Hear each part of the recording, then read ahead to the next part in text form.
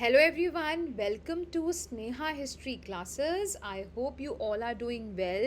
आज इस वीडियो में हम बात करने वाले हैं about the process of deindustrialization. इसको हिंदी में हम कहते हैं अनऔद्योगिकीकरण। तो कॉलोनियल पीरियड में जब ब्रिटिशर्स इंडिया में थे, आप देखेंगे अराउंड 19th सेंचुरी में, ठीक है, आप देखेंगे वर्ल्ड में क्या हो रहा था। वर्ल्ड में इंडस्ट्रियलाइजेशन हो रहा था, बट इंडिया में उसका रिवर्स डी इंडस्ट्रियलाइजेशन हो रहा था। तो उसके पीछे क्या रीज़न थे, डी इंडस्ट्रियलाइजेशन होता क्या है और फिर इसका रिजल्ट क्या होता है इंडिया के ऊपर, उसको हम डिटेल में आज जानेंगे। तो चलिए जल्दी से शुरू करते हैं टॉपिक को।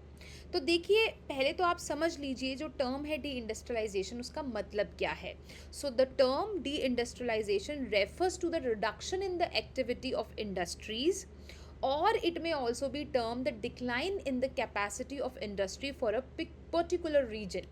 तो डी इंडस्ट्रियलाइजेशन क्या है? इंडस्ट्रियलाइजेशन आपको पता है 18th सेंचुरी में इंग्लैंड में सबसे पहले इंडस्ट्रियल रेवोल्यूशन हुआ था, जिसकी वजह से क्या हुआ, बहुत बड़े बड़े इंडस्ट्रीज़ खुलते हैं, बहुत बड़े बड़े उद्योग खुलते हैं और वहाँ पे मशीनरी की हेल्प से आप देखेंगे मैन्युफैक्चरिंग का प्रोसेस जो है वो बहुत ज़्यादा स्पीड अप कर जाता है। बट इंडिया में उसके रिवर्स क्या हो रहा था? इंडस्ट्रियलाइजेशन मतलब इंडस्ट्रियल ग्रोथ और डी इंडस्ट्रियलाइजेशन मतलब इंडस्ट्रियल डिक्लाइन। तो होता क्या है, इसका मतलब है कि reduction in the activity of industry, मतलब जो इंडस्ट्रीज ऑलरेडी है वो भी अब धीरे धीरे ख़त्म होती जा रही है और धीरे धीरे ये जो पूरा इंडस्ट्रियल सेक्टर है एक पर्टिकुलर रीजन में वो डिक्लाइन होता जा रहा है। सो 19th सेंचुरी में इंडियन इकोनॉमी के साथ हो क्या रहा था, डी इंडस्ट्रियलाइजेशन का प्रोसेस हो रहा था। सो आप देखेंगे कि डी इंडस्ट्रियलाइजेशन जो टर्म है ये पहली बार दादा भाई नौरोजी इसको लेकर आए और दादा भाई नौरोजी ने भी ड्रेन ऑफ वेल्थ का कॉन्सेप्ट दिया था। तो आगे चलकर जो फ्रीडम फाइटर्स थे, जो रेवोल्यूशनरीज थे, उन्होंने इस चीज़ को काफ़ी ज़्यादा जो है हाईलाइट किया, लोगों के सामने ये चीज़ों को लेकर आए। खैर उसका एडवर्स इफेक्ट तो सोसाइटी पे दिख ही रहा था, बट इस सब रीजंस की वजह से they fought for the freedom of the country. ठीक है, अच्छा अब हम और समझ लेते हैं। So what was the causes, अब ये हो क्यों रहा था? सो देखिए, सबसे इंपॉर्टेंट रीज़न तो ये था political pressure of the British government. देखिए, ब्रिटिश गवर्नमेंट तो इंडिया की नहीं थी, ब्रिटिशर्स वर फॉरेनर्स, वो बाहर से आए थे। They came as a trading company, उसके बाद पॉलिटिकल कंट्रोल स्टैब्लिश करते हैं, देन एडमिनिस्ट्रेटिव कंट्रोल स्टैब्लिश करते हैं इंडिया में। अब ये जो थे ब्रिटिशर्स ने इंडिया को कभी अपना माना ही नहीं। उन्होंने इंडिया को सिर्फ प्रॉफिट पर्सपेक्टिव से देखा। सो उनका फोकस यही था कि इंडिया को कितना ज़्यादा एक्सप्लॉइट कर सके और कितना ज़्यादा वो अपनी नीड्स को फुलफिल कर सके। सो इसी वजह से जो ब्रिटिश गवर्नमेंट थी उसको इंडिया की प्रोग्रेस से, तरक्की से कोई मतलब नहीं था, डेवलपमेंट से कोई मतलब नहीं था, उनको सिर्फ अपना फ़ायदा चाहिए था। ठीक है, सो सबसे पहला रीज़न तो यही आता है कि Britishers wanted there own profit, जिसकी वजह से उन्होंने इंडिया को एक्सप्लॉइट किया। दूसरा रीज़न क्या आता है?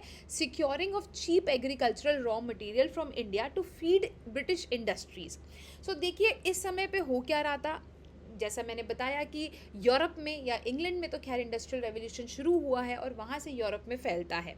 ठीक है, तो उस समय पे क्या था कि अब जो ब्रिटिश इंडस्ट्रीज़ थी, वहाँ पे बड़ी बड़ी इंडस्ट्री थी, उनको चाहिए था रॉ मटेरियल। तो रॉ मटेरियल वो क्या करते थे, अच्छी क्वालिटी का रॉ मटेरियल इंडिया से ले जाते थे एक्सपोर्ट करके और वहाँ पे जो है उसको मैन्युफैक्चर करते थे रॉ मटेरियल से। सपोज फॉर एग्जांपल यहाँ से अच्छा कॉटन लेकर जा रहे हैं और वहाँ पे टेक्सटाइल इंडस्ट्रीज़ में वो है क्या कर रहे हैं, मैन्युफैक्चर कर रहे हैं कपड़ों का, ठीक है, क्लोथिंग मैन्युफैक्चर कर रहे हैं।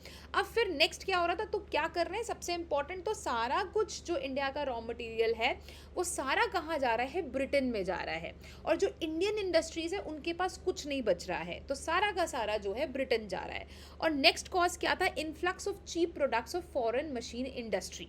अब हो क्या रहा है, जब ये सारा जो रॉ मटेरियल है ये ब्रिटिश इंडस्ट्रीज के पास जा रहा है, सो वहाँ पे मैन्युफैक्चरिंग हो रही है, जैसे कॉटन से कपड़ा बन रहा है। अब ये जो कपड़ा बन रहा है इसको वापस से इंपोर्ट करके इंडिया लाया जा रहा है और इंडियन मार्केट में इसको जो है सेल किया जा रहा है। सो इससे हो क्या रहा है कि इंडियन जो इंडस्ट्रीज़ हैं वो धीरे धीरे ख़त्म होती जा रही हैं, क्योंकि देखिए अब इंडिया में क्या हो रहा था, ट्रेडिशनल हैंडीक्राफ्ट इंडस्ट्री तो काफ़ी पॉपुलर थी। आप एंशिएंट टाइम में, मिडीवल टाइम में देखेंगे तो जो वर्ल्ड मार्केट थी उसमें आप देखोगे इंडिया का ट्रेड बहुत ज़्यादा डोमिनेंट था। इंडियन प्रोडक्ट्स की जो डिमांड थी वर्ल्ड की मार्केट में वो बहुत ज़्यादा थी। बट जब ब्रिटिशर्स इंडिया में आ रहे हैं, so they were just focusing on their own profit. उन्होंने क्या किया, देखिए वो क्या कर रहे थे, देखिए इंग्लैंड में भी या यूरोप में हो क्या रहा था कि जो जब राइज हो रही थी मॉडर्न इंडस्ट्री, तो उसकी वजह से जो इंडिजिनस हैंडीक्राफ्ट था वो कहीं ना कहीं क्रश तो हो रहा था, क्योंकि नई इंडस्ट्री आ गई है। पर उससे हो क्या रहा था कि ये जो इंडिजिनस हैंडीक्राफ्ट्स हैं जो क्रश हो रहे हैं, उनको न्यू इंडिजिनस मॉडर्न इंडस्ट्रीज में उनको जो है आप देखेंगे एडजस्ट कर दिया जा रहा था। तो क्या हो गया, बैलेंस बन गया। ठीक है, पुरानी इंडस्ट्रीज खत्म हो रही हैं, पर उनको जो है नई इंडस्ट्रीज में उनको एडजस्ट कर दिया जा रहा है। पर ये सेम प्रोसेस आपको इंडिया में नहीं देखने को मिलेगा। इंडिया सिनेरियो में हो क्या रहा था कि जो इंडियन नेटिव हैंडीक्राफ्ट्स हैं वो सारे जो है डिक्लाइन होते जा रहे थे।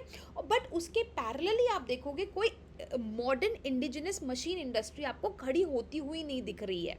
ठीक है, यूरोप में क्या हो रहा है, एक तरफ इंडिजिनस इंडस्ट्री हैंडीक्राफ्ट इंडस्ट्री खत्म हो रही है, पर वहीं पे मॉडर्न इंडस्ट्री राइज कर रही है, तो वो लोग वहाँ एडजस्ट हो गए। बट इंडिया में ये चीज़ नहीं हो रही है, तो जिसकी वजह से हो क्या रहा है कि जो विलेज इंडस्ट्रीज है, जो विलेज और अर्बन हैंडीक्राफ्ट इंडस्ट्री है, वो पूरी की पूरी तरीके से कोलैप्स कर जाता है, उसका बिल्कुल डिस्ट्रक्शन हो जाता है। और क्योंकि पैरेलल ग्रोथ नहीं हो रही है इस वजह से, और जिसकी वजह से क्या होता है, जो बैलेंस था between agricultural and industrial sectors of the economy, वो बैलेंस कहीं ना कहीं हिल जाता है। क्योंकि देखिए जो लोग इंडस्ट्रियल सेक्टर में थे, या जो बिजनेस में थे, या हैंडीक्राफ्ट इंडस्ट्री में थे, जो इस सेक्टर में काम कर रहे थे, जब उनके हाथ से वो काम छिन गया, वो चला गया, तो अब उनके पास क्या ऑप्शन बचता है, क्योंकि पैरेलली कोई इंडस्ट्री ग्रो नहीं हो रही है, तो वो वहाँ तो नौकरी नहीं कर सकते हैं। सो अल्टीमेटली सारा का सारा बर्डन जो है वो किस पे पड़ रहा था, वो सारा एग्रीकल्चर पे बर्डन पड़ रहा था। तो जिसकी वजह से हम देखेंगे कि हमारी जो इंडियन इकोनॉमी थी वो बहुत ज़्यादा जो है डिक्लाइन करती जा रही थी, और उसको बहुत ज़्यादा नुकसान हो रहा था। और this industrial decline not only gave a great jolt to the source of national income, क्योंकि देखिए इंडस्ट्रियल सेक्टर से जो पैसा आना चाहिए, ठीक है, वो पैसा अब आ नहीं रहा था। वो सारा का सारा प्रॉफिट किसको जा रहा है, वो ब्रिटेन जा रहा है। ठीक है, ब्रिटेन इंडियन ग्रोथ में, इंडिया के डेवलपमेंट में काम नहीं कर रहा है। वो जितना भी पैसा है वो सारा ब्रिटेन ले जा रहा है, इंडिया का जितना पैसा है, और वहाँ पे जाके उसको अपने कंट्री की डेवलपमेंट में लगा रहा है, ग्रोथ में लगा रहा है। इसी को हम ड्रेन ऑफ वेल्थ भी कहते हैं, कि जो सारा पैसा है इंडिया से बाहर ले जाया गया। और इसकी वजह से क्या हो रहा था, जो बहुत सारे वर्कर्स थे उनसे नौकरी छिन जाती है। अब उनको फोर्सिबली अब कुछ तो काम करना है, तो वो क्या कर रहे थे, दे वर डिपेंडेंट ऑन एग्रीकल्चर। तो सारा का सारा जो बर्डन है वो एग्रीकल्चर के ऊपर पड़ रहा था, जिससे हो क्या रहा था, जो प्रेशर एग्रीकल्चर की के ऊपर पड़ रहा था, जो लैंड के ऊपर जो प्रेशर पड़ रहा था, उससे क्या हो रहा था, रूरलाइजेशन ऑफ द कंट्री। मतलब हमारा जो देश था वो एक टाइम पे अर्बन सेंटर्स आपको काफ़ी देखने को मिलते थे because of industries and all. अब आप देखोगे वो सारा का सारा बिकॉज सिर्फ मेन ऑक्यूपेशन क्या रह गया, एग्रीकल्चर। तो जिसकी वजह से वो रूरलाइजेशन मतलब बैकवर्डनेस की तरफ जा रहा था। सो पहले इंडिया ज़्यादा डेवलप था, अब वो धीरे धीरे बैकवर्ड होता चला जा रहा था, और सारे जो एग्रीकल्चर पे डिपेंडेंस थी वो बढ़ती जा रही थी। और इसका बहुत ज़्यादा आप हार्मफुल इफेक्ट देखेंगे इंडियन इकोनॉमी पे, और इवन एग्रीकल्चर पे भी, क्योंकि एग्रीकल्चर की एफिशिएंसी नहीं इम्प्रूव हो रही है। ठीक है, वो लोग वही ट्रेडिशनल मेथड यूज़ कर रहे हैं, और कोई पैरेलल ऑक्यूपेशन नहीं है। तो जिसकी वजह से अल्टीमेटली हो क्या रहा है कि इंडिया जो है बैकवर्डनेस की तरफ जाता जा रहा है। सो ये पिक्चर है, आप देख सकते हैं। तो ये हमारी जो आप देखेंगे महात्मा गांधी हैं, और ये बाकी लोग हैं, ये क्या वीविंग कर रहे हैं, ठीक है, कपड़ा बना रहे हैं। सो ये हमारी हैंडीक्राफ्ट इंडस्ट्री थी। इस तरीके की छोटी छोटी आप देखेंगे इंडस्ट्रीज होती थी, ठीक है, वो धीरे धीरे जो है ख़त्म होती चली गई।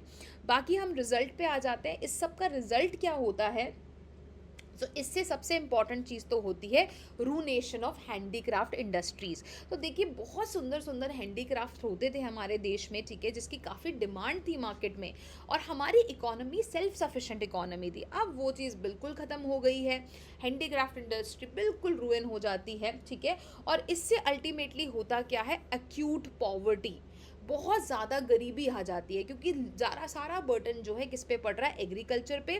लोगों के पास कोई और प्रोफेशन नहीं है एज सच फॉलो करने के लिए, तो गरीबी बहुत ज़्यादा बढ़ जाती है, और उसकी वजह से फिर अनएम्प्लॉयमेंट भी होता है। सो ये सब जो फैक्टर्स हैं ये एक साथ रिलेटेड ही हैं, गरीबी क्योंकि अनएम्प्लॉयमेंट हो रही है तो गरीबी बढ़ रही है। सो जिसकी वजह से क्या हो रहा है कि जो हमारा नेशन है वो बैकवर्ड होता चला जा रहा है, और आप देखेंगे इसकी वजह से फेमिन्स भी आ रहे थे, ठीक है। बहुत सारे लोग, क्योंकि गरीबी इतनी ज़्यादा बढ़ चुकी है कि लोगों के पास खाने को कुछ है ही नहीं, they don't have food to eat, और जिसकी वजह से क्या हो रहा है, they were dying of hunger. तो आप रिपीटेडली देखेंगे कॉन्स्टेंटली बंगाल में, ओवरऑल इंडिया में मतलब बहुत बार फेमिन पड़ता जाता है, ठीक है। सो ये था मेन डी इंडस्ट्रियलाइजेशन के इसके रिजल्ट।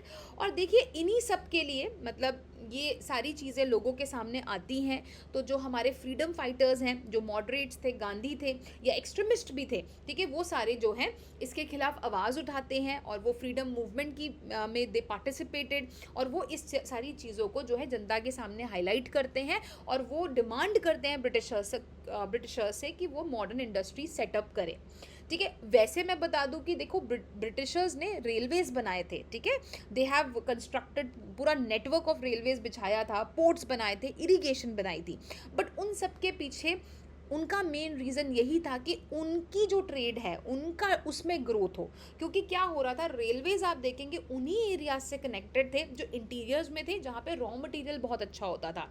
और ये जो रेलवेज थी ये शहरों के साथ, मेजर सिटीज़ के साथ कनेक्टेड नहीं थी, इंडियन सिटीज़ के साथ, ये रेलवेज पोर्ट के साथ कनेक्टेड थी।